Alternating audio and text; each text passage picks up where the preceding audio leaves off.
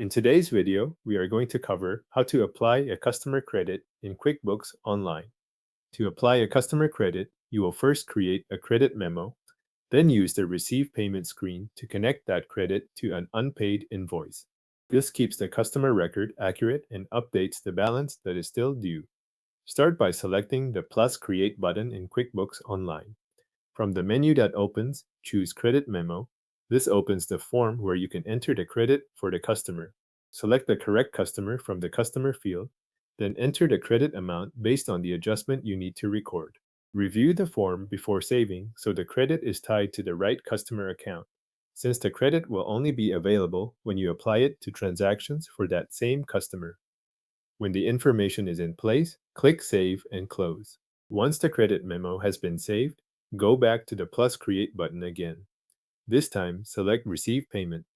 Even though you are not entering a standard payment from the customer at this moment, this is the area in QuickBooks Online where available credits can be applied to open invoices. In the Receive Payment window, choose the customer who has the available credit. After you select the customer, QuickBooks Online will display that customer's open transactions, including unpaid invoices and any available credits connected to the account.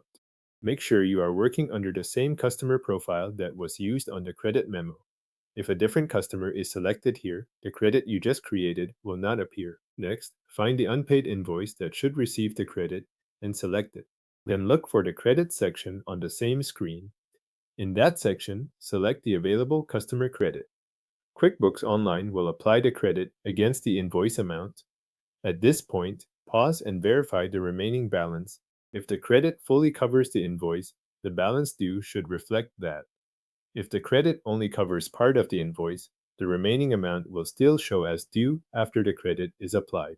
This review matters because it confirms that the correct invoice and the correct credit are linked together before the transaction is saved. A quick check here can help prevent posting a credit to the wrong open balance. When everything looks correct, click Record and Close.